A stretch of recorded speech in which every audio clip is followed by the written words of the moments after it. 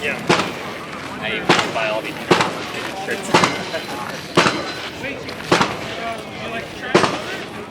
Singer's Hotel. That's cool. They're using old guns. Yeah, that's cool. Pretty awesome.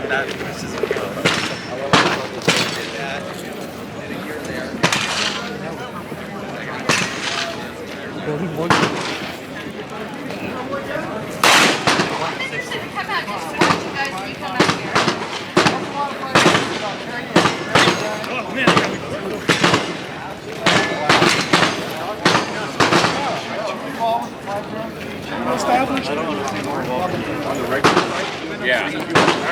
Yes. Felt like the magnified, it stayed like right where you were. Correct. Right where you're at. The other one, you're yeah, when you put it down, you. I'm not sure. Let me go give you some.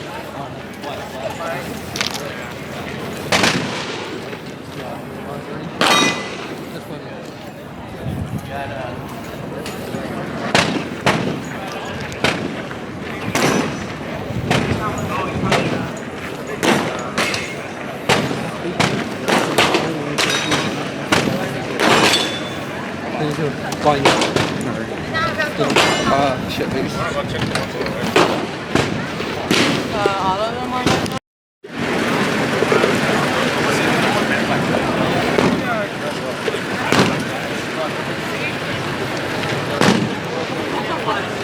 So what's a big line for? Huh? What is a big ass line for? I don't know for what. And more tattoo.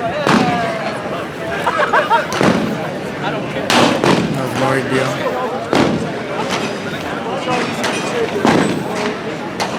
Talk to him, I guess. He doesn't know what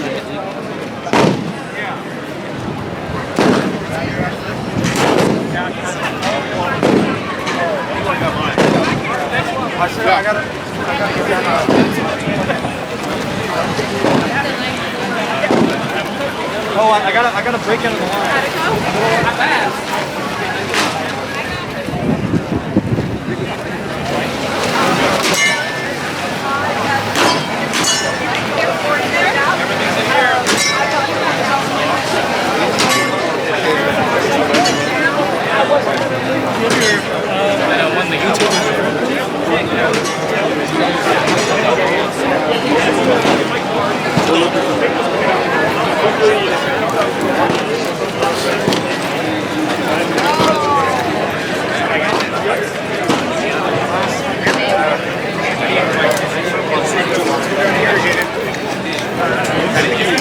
One of them for 99.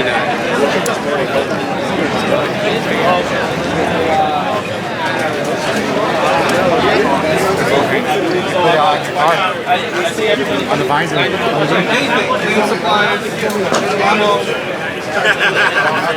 That was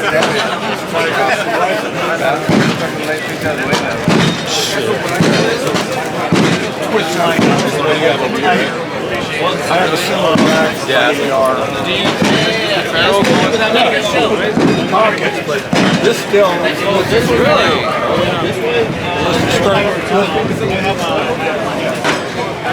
Now, that one, the way that one moves around. Sorry? Yeah, so I don't know if you guys have cash or car. Yeah, I don't know if they two lines. How far is it?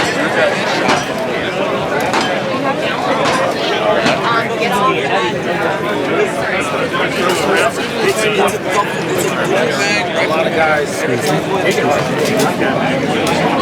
It's worth it because just the pistol bag. I gotta capture an audience. Oh, you did.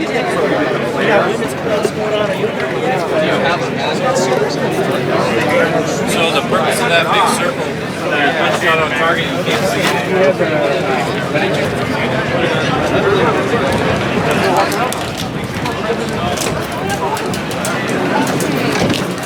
Oh, nice.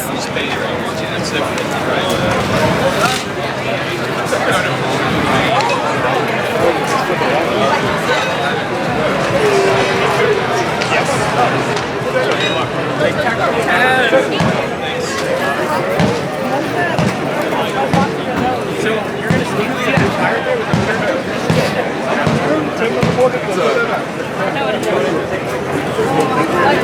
That's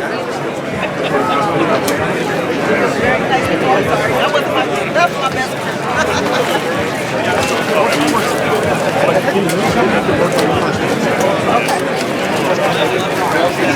So that's gonna be perfect. Get him in a class. Mike, nice to meet you, man.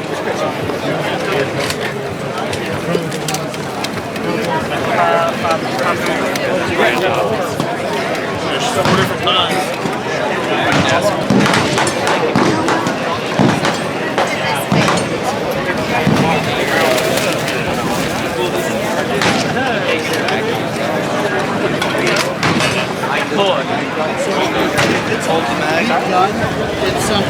Yeah, so Route 66 is selling a lot of our stuff. We're just shipping them just the chassis, not the actual firearm itself. So We're just showing how you've seen it and stop it. Yeah, so slots are called MLOC. Stands for logic. It's a new technology that's actually invented. It's super popular. Pretty much every gun has MLOC itself.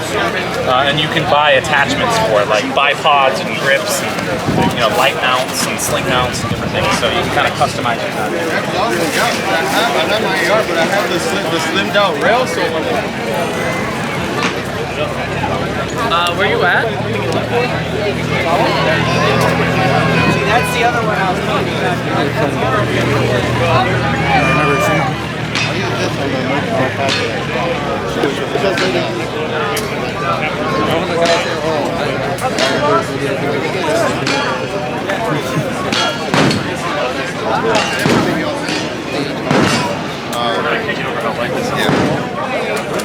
And then of course it has the K2 grip, which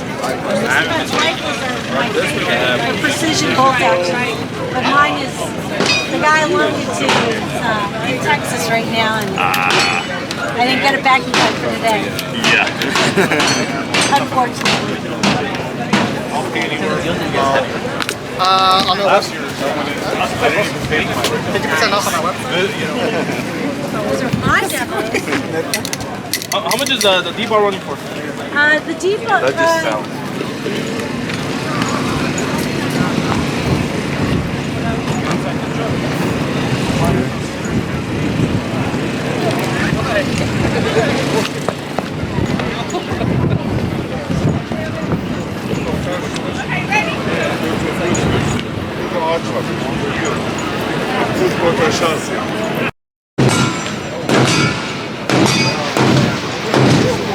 Abi.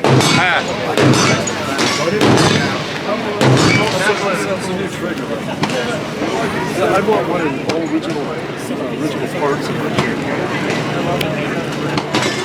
I didn't know new grips too. They are new grips. New grips and the trigger. But you know what? That thing, look at the hammer. That's a new hammer. It's got a beaver tail. Sights are new.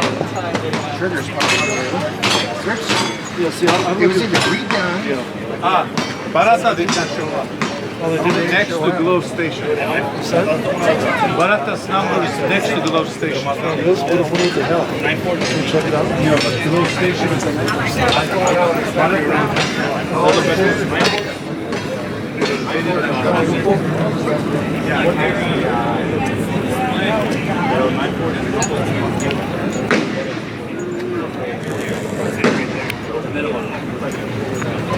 But they're newer.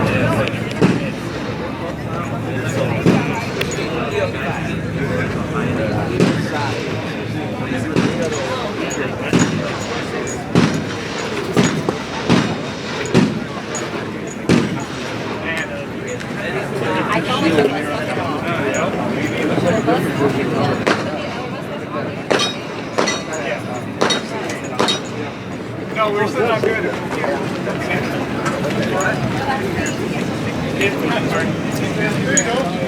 Can't get closer to this.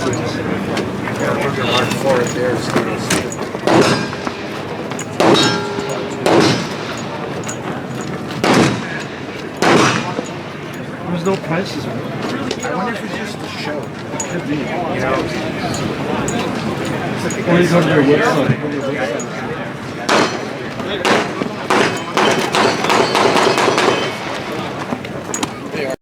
find a bleed and stop a bleed, you first have to, in fact, find the bleed, which typically requires you to remove clothing, either cutting it off or taking it off if they're in okay shape. But like you can't put a tourniquet on like their pant leg's blood, but you don't know where it's coming from. You got to find it. Blood is also a major insulator and it helps carry body heat around. So they've lost their clothing, they've lost half their blood. They can go hypothermic if it's like 50 degrees outside the clothing. So make sure you pull them inside. Pull outside, bring them in, put them in a heated ambulance, something like that, a heated building. If it's raining, obviously get them out of the rain, dry them off. If it's super hot outside, bring them into the shade because they can't really regulate the body temperature anymore. Similar to that, like let's say they are on the side of the road, you really can move them. I would try and gently roll them over because like you cut the clothes off and now they're laying on hot asphalt. That's a consideration too. That stuff will burn you. You can't walk, like you can't keep your hand on there for a couple seconds, like it's too hot. You can't walk the dogs. You can't leave your patient laying on it. Asphalt gets hot. So hypothermia is a big one. If you take their clothes off to find the bleeding, now you have to find a way to cover them back up, or they will go hypothermic. It's one of the lethal triads. You got hypovolemia, which is the blood loss. You got hypothermia, which is hypothermia, obviously, and then hypovolemia, which is totally not hypothermia. But we won't talk about that. That's next level stuff. I barely understand it. Other than that, that is all of MARK. So we got massive hemorrhage, stop the bleed. You got airway respiration, circulation, and then make sure you consider head injury and hypothermia. You've got tourniquets, you've got direct pressure. If it's in an armpit or groin, you've got wound packing. Pull in the chest, you've got chest seals. And then we'll talk about some frequently asked questions, myths, and stuff like that surrounding all this stuff. All right, this is time for the demo.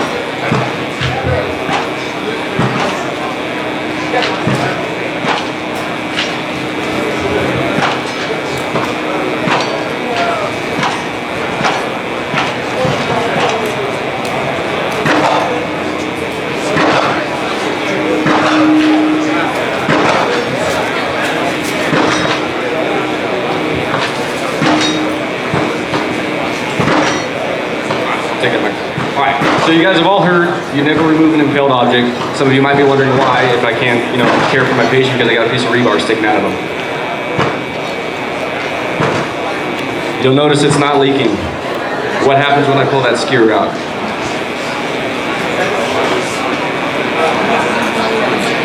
That's why you never remove impaled objects. If you need to do CPR and it's right in the center of your chest, that's a totally different ballgame, but like I said, that's one of those situations I would probably wait for someone with more experience and more letters behind their name than me to show up and tell me what to do. If I'm not in my ambulance, I'm not equipped for anything close to handling that.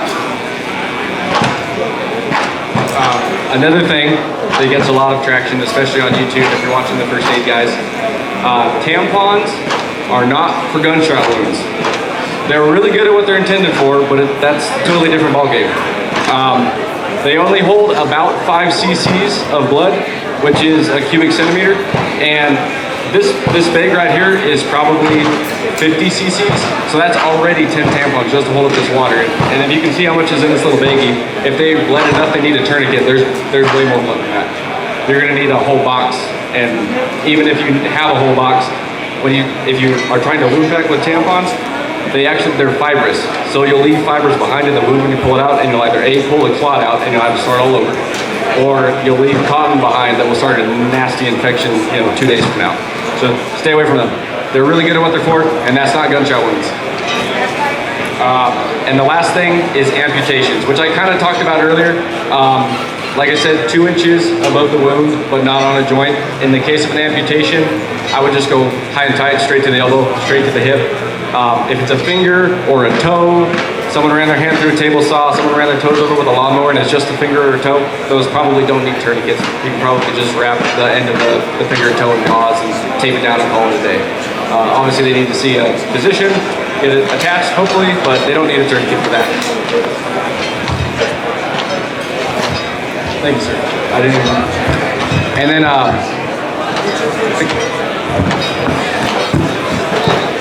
Hello? All right. Another brand of tourniquet that you might have seen, especially if you're watching the tactical YouTube videos, tactical medicine type stuff.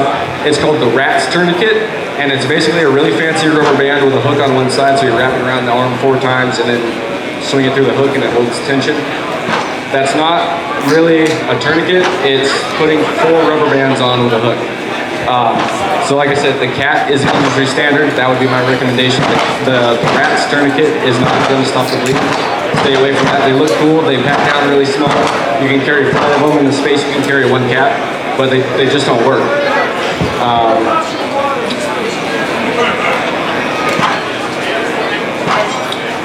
That's pretty much all I got written down. Went through March. That's the important stuff. Impalements, amputations. So I just want to stress, this is stuff that you want to use anywhere. It's not just a gunshot wound thing, it's not just a stabbing thing. If you run a chainsaw, if you ride dirt bikes, if you drive racers in the desert, I mean all of it. Have a first aid kit. If you go boating and there's propellers involved, have a first aid kit. It can happen anywhere at any time. Other than that, does anybody out here have any specific questions? Yes, sir. Oh. So improvised tourniquets. Generally they don't work, but if you have nothing else, don't use a belt. Find something, a strip of t-shirt might work. Yeah. So if you think about my first demo with the tourniquet and you pull that slack out, that's all the belt will do. There's no windlass on the belt. So those are too narrow. Same with like shoelaces, stuff like that. But what you can do is you can cut like the bottom inch of your shirt off, wrap that around the arm, and then what you want to do is you want to tie a knot and run a pen through it, or some kind of sturdy stick, and use that as a windlass. The windlass is the key part of a tourniquet. If it doesn't have a windlass, improvised or not, or legit, like the RATS tourniquet, if it doesn't have a windlass, it's probably not going to work. Unless, like I said, improvised tourniquets are like absolutely last ditch scenario.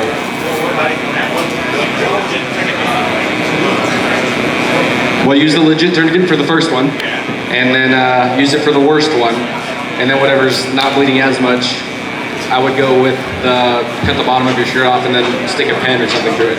Use that as a windlass. Of this, it's a gentleman in Brazil that gets shot in the femoral artery. The video is about 30 seconds long. Not very long. Yes. So we do have classes here. If you look on the website, they're scheduled. You can pay for them through our website. And that one comes with, like I said, the whole slideshow, a lot more information. It comes with hands-on training. We have some tourniquet trainers. I'll run some other drills with tourniquets. And then you also will get an official Stop the Bleed certificate saying that you can take a stop class. Anybody else out there got a question?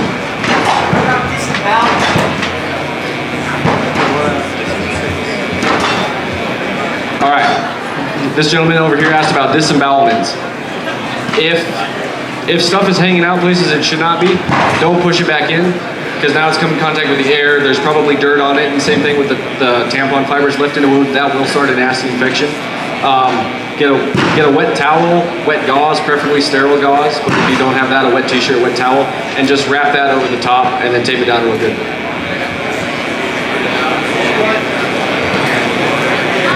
Anybody else out there?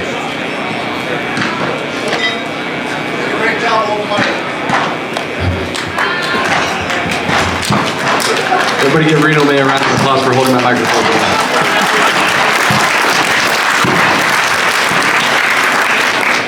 All right. Any other questions, or is that about it?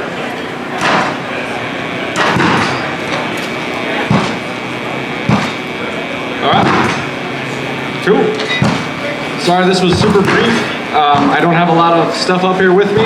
Take the class. It has a lot more information, the hands-on stuff. But I hope this still was informative. You guys learned something, at least a little bit of something. You can take this home. You're not a Stop the Bleed certified yet, so come back and take my class and you will be. But hopefully you learned at least enough to, go out there and maybe do something, help somebody out, all right?